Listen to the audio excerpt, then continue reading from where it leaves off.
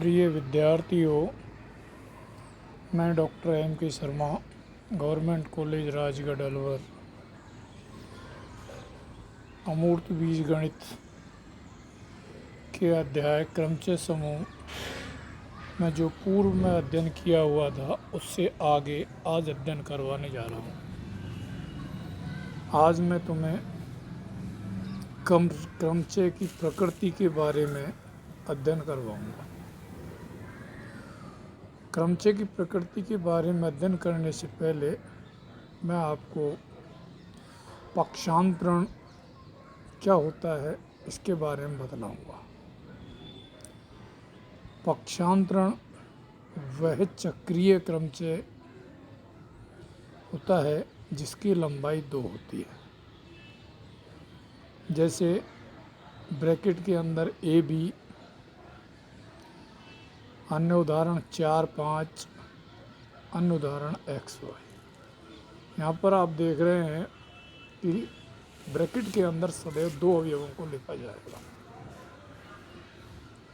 तो ये पक्षांतरण कहलाते हैं।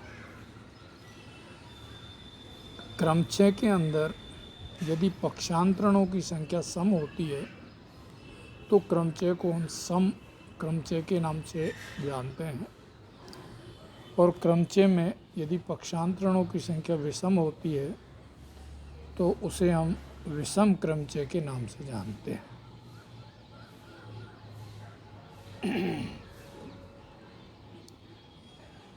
प्रत्येक पक्षांतरण स्वयं का प्रतिलोम होता है।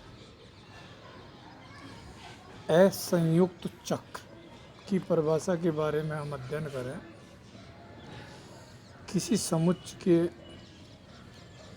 ऐसे चक्र जिनमें कोई भी अवयव उभयनिष्ठ नहीं होता है। जैसे एफ कोई चक्र है जिसको हमने 1, 2, 5, 7 से व्यक्त किया है। जी कोई दूसरा अन्य चक्र है, उसको हमने 3, 4 और 6 से व्यक्त किया है। विद्यार्थियों, यहाँ पर एफ और जी जिनको हम 2 चक्र कह रहे हैं, इन दोनों चक्रों में देखिए कोई भी अवयव उभयनिष्ठ नहीं। इससे आधारित एक प्रमेय मैं आपके सामने प्रमाणित करने जा रहा हूँ। एक तो सामान्य सी प्रमेय है, आर लंबाई के चक्र की कोटि आर होती है। जैसे अभी हमने 2 लंबाई का चक्र, इसको पक्षांतरण कहा था, ऐसे ही 3 लंबाई का चक्र भी हमने लिया और 4 का भी लिया। लेकिन अगर कोई आर लंबाई का चक्र होगा तो उसकी कोटि सदैव आर ही होगी। एक अन्य प्रमेय जिसको मैं आपके सामने यहीं पर और बतलाने जा रहा हूँ वो है 2 असंयुक्त चक्रों का गुणन क्रम विनिमय होता है। क्रमचय गुणन के बारे में हम आपको बतला चुके हैं। क्रमचय गुणन संयुक्त फलन अर्थात कंपोजिट ऑफ फंक्शंस के रूप में किया जाता है। तो 2 असंयुक्त चक्रों का अगर हम गुणा करें तो वो क्रम विनिमय नियम को पालन करता है। अर्थात एफ और जी अगर 2 कोई क्रमचय है तो एफ जी बराबर जी एफ होगा। एक अन्य प्रमेय और भी है जिसको आपके सामने मैं बतला रहा हूँ। प्रत्येक क्रमचय को असंयुक्त चक्रों के गुणनफल द्वारा प्रकट किया जा सकता है। जो क्रमचय होता है अगर उसके चक्र बनाए हम तो वो चक्र सदैव असंयुक्त होते हैं। इस प्रमेय का प्रमाण हम आपको गणितीय आगमन विधि से देंगे। इसके लिए आप कैपिटल S बराबर n अवयवों का एक समुच्चय लेते हैं, जिसमें कैपिटल S बराबर x1 x2 dot dot dot xn अर्थात n अवयव है। यदि हम यहाँ पर n का मान 1 लेते हैं तो आपके पास में S में केवल या तो x1 होगा या x2 होगा या x3 होगा। तो ये प्रमेय अपने आप ही, जब हम n बराबर 2 लेंगे तो भी ये प्रमेय प्रमाणित है। इसी तरीके से जब हम n का मान इससे कम अर्थात m लेते हैं तो भी ये प्रमेय सत्य होती है। तो हमें सिद्ध करना है कि प्रमेय m बराबर n के लिए भी सत्य होगी। इसके लिए हम एक फलन f जो s से s में परिभाषित है तथा f Pn अर्थात क्रमचयों का समुच्चय अर्थात एक क्रमचय है, तब x1 x2 x3 dot dot dot xr जो कि x के अवयव हैं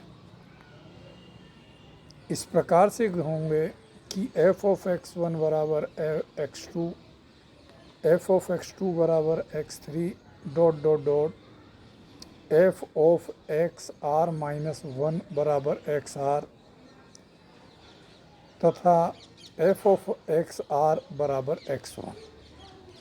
क्योंकि f को आप चक्र कह रहे हैं और चक्र की परिभाषा यही कहती है कि अंतिम अवयव सदैव प्रथम अवयव से जुड़ता है। अतः x1 x2 dot dot dot xr एक r लंबाई का एक चक्र है। अब एक ऐसा समुच्चय हम कैपिटल T लेंगे,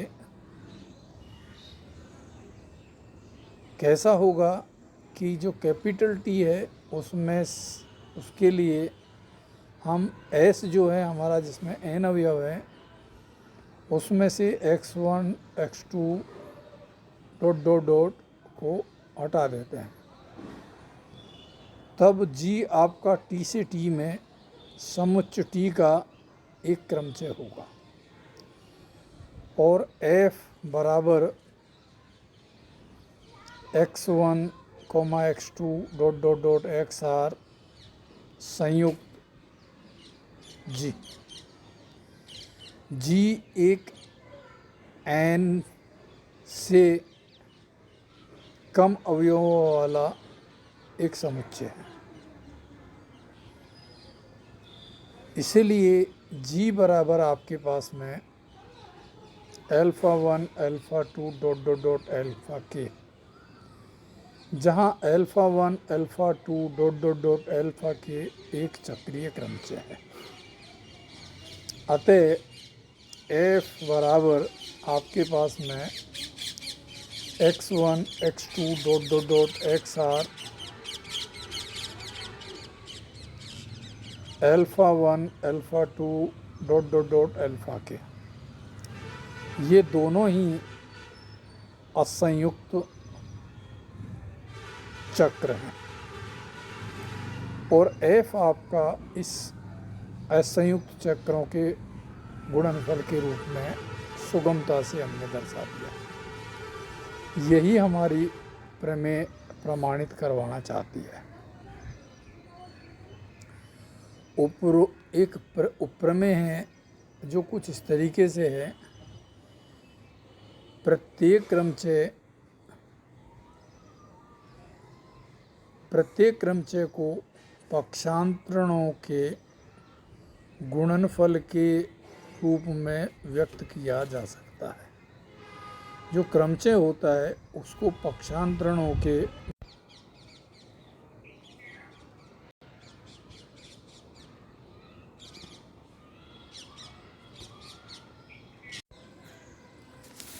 पक्षांतरणों पर आधारित एक प्रमेय मैं आपके सामने और करवाने जा रहा हूँ।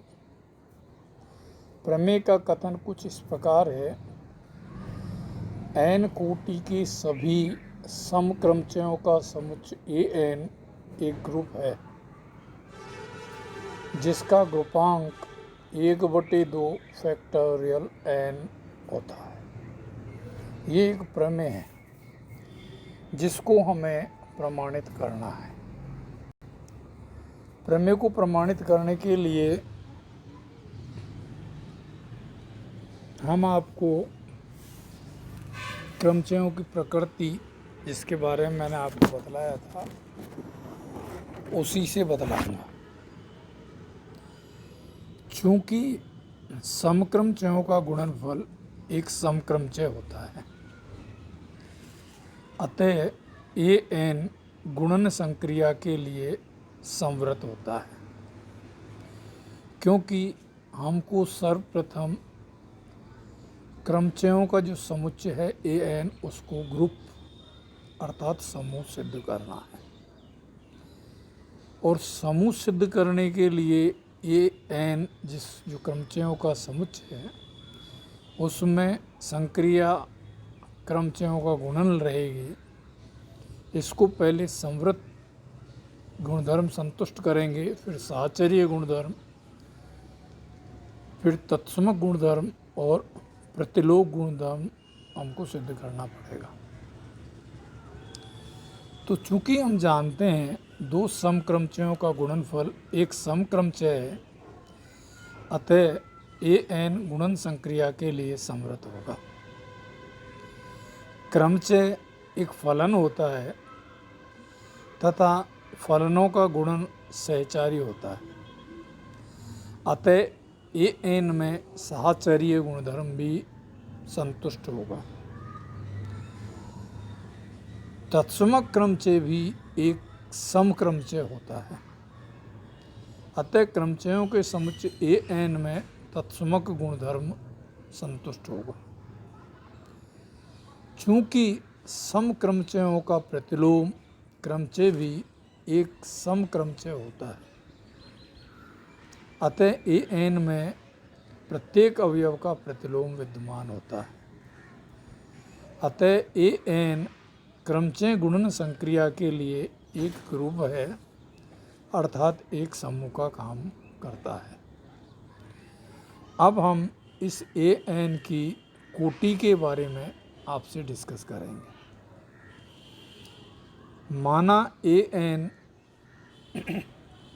बराबर alpha 1, alpha 2 dot dot dot alpha M तथा बी एन बराबर beta 1, beta 2 dot dot dot beta M,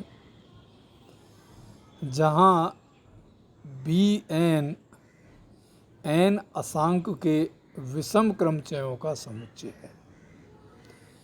A N समक्रमचयों का समुच्चय है और बी एन विषम क्रमचयों का समुच्चय है। इसलिए ऑर्डर ऑफ ए एन बराबर M, order of B N बराबर आर, परंतु order of A N plus order of B N बराबर ऑर्डर ऑफ एस एन, अर्थात ये इम्प्लाइज करेगा एम प्लस आर बराबर फैक्टोरियल एन। यदि कोई बीटा बी एन का अवयव है तो बीटा को ए एन के अवयवों से गुणा करने पर, अर्थात beta alpha 1, beta alpha 2 dot dot dot beta alpha M प्रत्येक विषम क्रमचय होगा। तथा कोई भी गुणनफल समान नहीं होगा।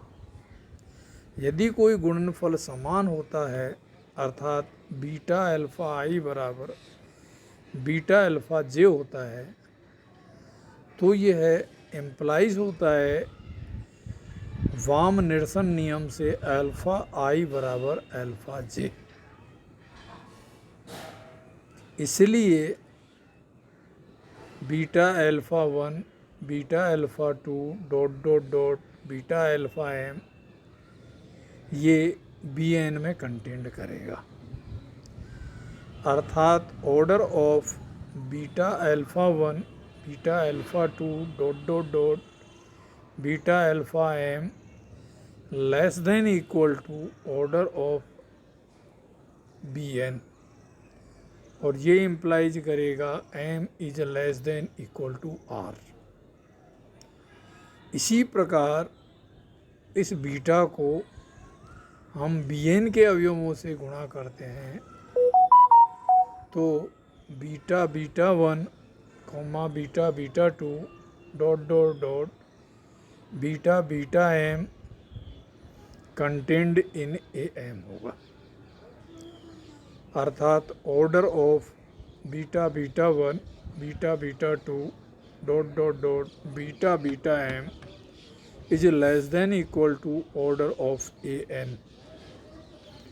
ये इम्प्लाइज करेगा R is less than equal to M. अर्थात समीकरण नंबर 2 और समीकरण नंबर 3 से आर बराबर एम हो जाएगा। अतः आर बराबर एम बराबर 1/2 फैक्टोरियल एन हो जाएगा। प्रमेय को प्रमाणित करने के लिए मैंने आपके लिए बहुत सहज विधि जो पुस्तक में उपलब्ध है उसको प्रयोग में लिया। इसको बड़े सहज भाव से हम प्रमाणित भी कर सकते हैं। आज का अध्ययन अब हम यही विराम करेंगे और जो क्रमचय समूह ग्रुप है वो अध्याय आज समाप्त होता है। अगले मीट पर अब अपन इससे अगला अध्याय अध्ययन करेंगे। धन्यवाद।